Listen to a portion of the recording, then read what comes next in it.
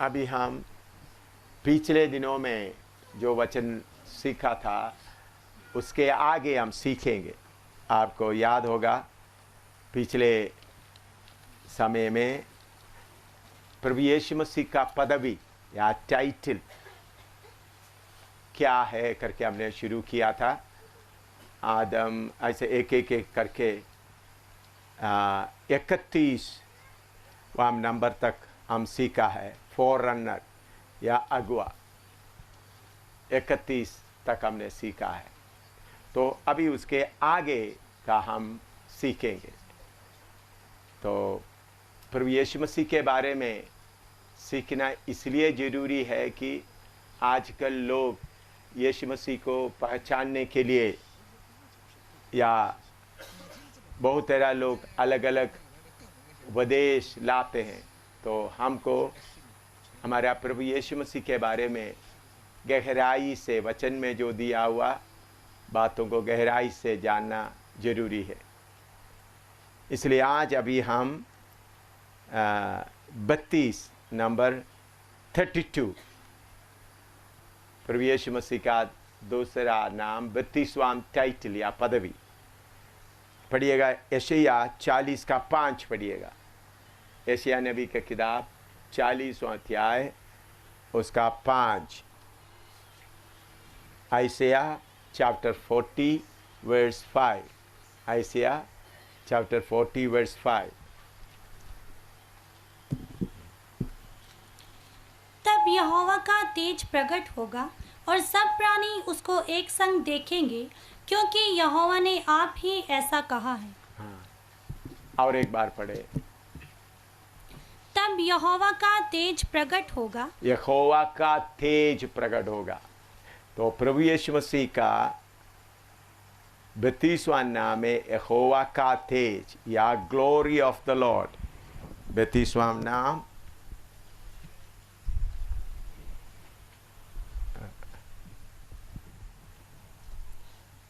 हमारा विषय हम सीख रहा है titles of Jesus Christ.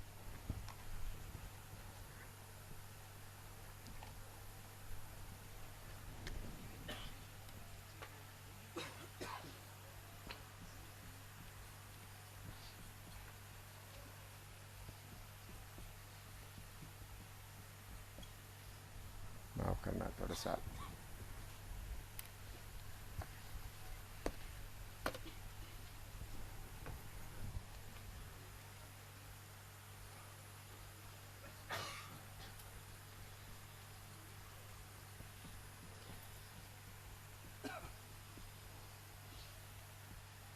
Titles of Jesus Christ.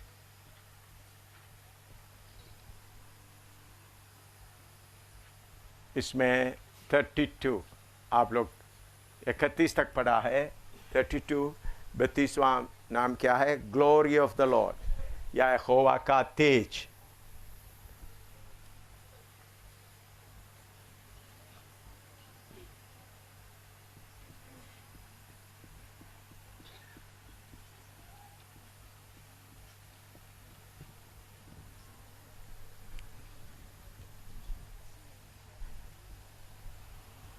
इसके लिए हम कोलोसी 1 का 19 और 20 पढ़िएगा। कोलोसी 1 का 19 और 20। Colossians chapter 1 verse 19 and 20। Colossians chapter 1 verse 19 and 20।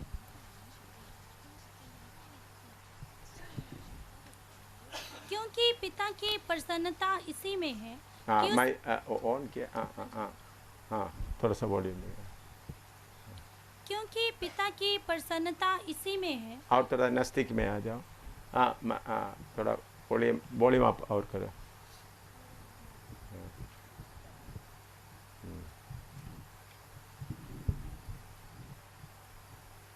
क्योंकि पिता की प्रसन्नता इसी में है कि उसमें सारी परिपूर्णता वास करे और उसके क्रूस पर बहे हुए लहू के द्वारा मेल मिलाप करके सब वस्तुओं का उसी के द्वारा से अपने साथ मेल कर ले, चाहे वे पृथ्वी पर की हो चाहे स्वर्ग में की।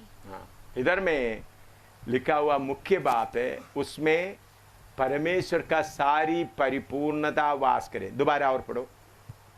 हाँ, क्योंकि पिता की प्रसन्नता इसी में है प्रभु पिता का प्रसन्नता इसी में है कि उसमें सारी परिपूर्णता वास करे। हाँ, प्रभु यीशु मसीह में सारी परिपूर्णता वास करे।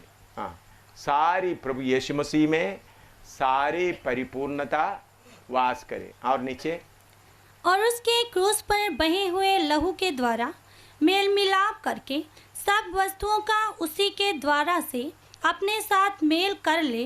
सब को उसी के द्वारा से मेल कर ले। हाँ, चाहे वे पृथ्वी पर की हो, हाँ, चाहे स्वर्ग में की। हाँ, चाहे वो पृथ्वी पर का हो या स्वर्ग पर हो, उसी के द्वारा मेल कर ले। हाँ, लिख दो कोलोसी 1:19। तो सारी परिपूर्णता उसमें क्या करे?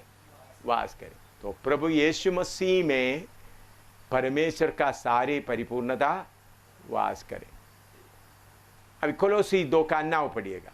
कोलोसी 2:9, कोलोसियंस 2:9, कोलोसी 2:9।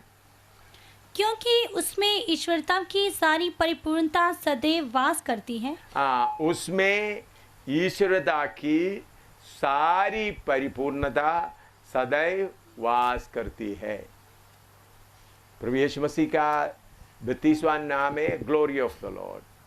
तो ईश्वर का, उसी में ईश्वरत्व का सारी परिपूर्णता वास करती है। लिखो, प्रभु यीशु मसीह में ईश्वरत्व का सारी परिपूर्णता वास करती है। All glory of godliness, Godhead, godliness नहीं, Godhead dwelleth with Jesus Christ। प्रभु यीशु मसीह में ईश्वरत्व की सारी परिपूर्णता सदैव वास करती है। इसके लिए बहुत प्रूफ है। तो एक वचन पढ़िएगा, मरकस 4:35 से 41 तक। मरकस 4:35 से 41। Mark chapter 4 verse 35 to 41। Mark chapter 4 35 to 41।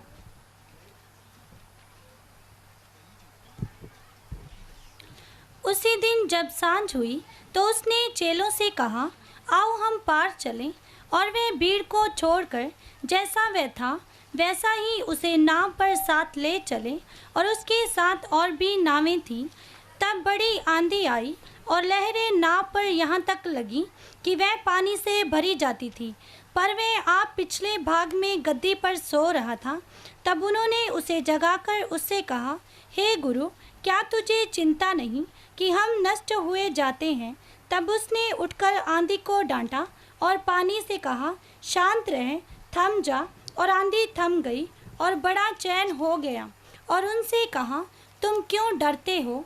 क्या तुम्हें अब तक विश्वास नहीं? वे बहुत ही डर गए और आपस में बोले, ये कौन है कि आंधी और पानी भी उसकी आज्ञा मानते हैं। इधर में प्रभु यीशु मसीह में परमेश्वर तत्व का सारा परिपूर्णता, सारी परिपूर्णता सदैव वास करते हैं। उसके सबूत में हम देखते हैं यीशु मसीह अपना चेलों के साथ झील में सफ़र कर रहा था। उस समय बहुत बड़ा तूफान आ गया। उस तूफान में उनका किश्ती डूबने का हालत में आ गया। उस तूफान के जोर के कारण उनका किश्ती डूबने का हालत में आया। तो प्रभु यीशु मसीह खड़ा होकर कोई प्रार्थना नहीं कर रहा है, परमेश्वर हमको बचा ले, बल्कि हम देखते हैं प्रभु यीशु मसीह उठकर आंधी को ठंडा और पानी से कहा, शांत रह, थम जा। शांत रह, थम जा। और आंधी थम गई और बड़ा चैन हो गया। और उनसे कहा, तुम क्यों डरते हो? क्या तुम्हें अब तक विश्वास नहीं? वे बहुत ही डर गए और आपस में बोलने लगे, बोले, यह कौन है कि आंधी और पानी भी उसकी आज्ञा मानते हैं? यीशु मसीह में सारा ईश्वरत्व हमेशा सदैव, उधर में एक शब्द है, क्या है? सदैव का मतलब हमेशा वास करती है। तो इधर आंधी आया, तूफान आया, यीशु मसीह खड़ा होकर विनती नहीं कर रहा है, प्रार्थना नहीं कर रहा है, बल्कि प्रभु यीशु मसीह आज्ञा दे रहा है। उन्होंने यीशु मसीह क्या बोलता है? शांत रह, थम जा। जब भी यीशु के मुंह से ये आवाज आया, मैं विश्वास करता हूं पानी और तूफान सब पहचान लिया, ये आवाज कोई नबियों में से कोई एक का आवाज नहीं, गुरुओं में से किसी एक का गुरु का आवाज नहीं, पैगंबरों में से किसी एक का आवाज नहीं, बल्कि सृजनहार का आवाज है। क्योंकि उत्पत्ति पहला अध्याय में हम पढ़ते हैं, सर्वशक्तिमान परमेश्वर गहरे जल को देखे, आज्ञा दिया, सूखा धरती दिखाई दे। जब उनका मुंह से ये शब्द निकल आया, ये सुंदर धरती जो हम देख रहा है पानी से बाहर निकल आया। तो हवा को मालूम हुआ, पानी को मालूम हुआ। अभी जब प्रभु यीशु मसीह खड़े होकर आज्ञा देते वक्त, ये वही आवाज है जिसके द्वारा पृथ्वी पानी में से ऊपर निकल आया। तो चेले लोग डरते हुए बोलने लगा, यह कौन है? आंधी और पानी भी उसकी आज्ञा मानते हैं। तो आप याद रखना, हमारा प्रभु यीशु मसीह कौन है? उसका 32वां नाम है यहोवा का तेज, या परमेश्वर, जिसके ऊपर परमेश्वर का महिमा हमेशा वास करता है। अवतारों में से एक नहीं, गुरुओं में से एक नहीं, बल्कि मनुष्य के रूप में आया तो भी उसमें क्या वास करता है? परमेश्वर का महिमा सदैव वास करता है। लिखो, ये आंधी तूफान का बात भी आप लिखो। जॉन चैप्टर 1 वर्स 14, जॉन 1:14, यूहन्ना 1:14। और वचन देहधारी हुआ और अनुग्रह और सच्चाई से परिपूर्ण होकर हमारे बीच में डेरा किया, और हमने उसकी ऐसी महिमा देखी जैसी पिता के इकलौते की महिमा। हाँ, इधर में वचन देहधारी हुआ, हमारे बीच में वास किया। हम उसमें किसका महिमा देखा? पिता का महिमा देखा, जैसे इकलौता। तो वचन देहधारी हुआ, उसके ऊपर क्या देखा है? परमेश्वर का महिमा देखा। लिखो, जिधर में, क्योंकि अभी आपको बहुत आगे सीखने के लिए बहुत बाकी है, इसलिए मैं थोड़ा स्पीड से भी जाऊंगा, नहीं तो जितना ये 1.5 महीना में सीखने के लिए चाहता है पूरा नहीं होता, इसलिए थोड़ा स्पीड से जाना जरूरी है।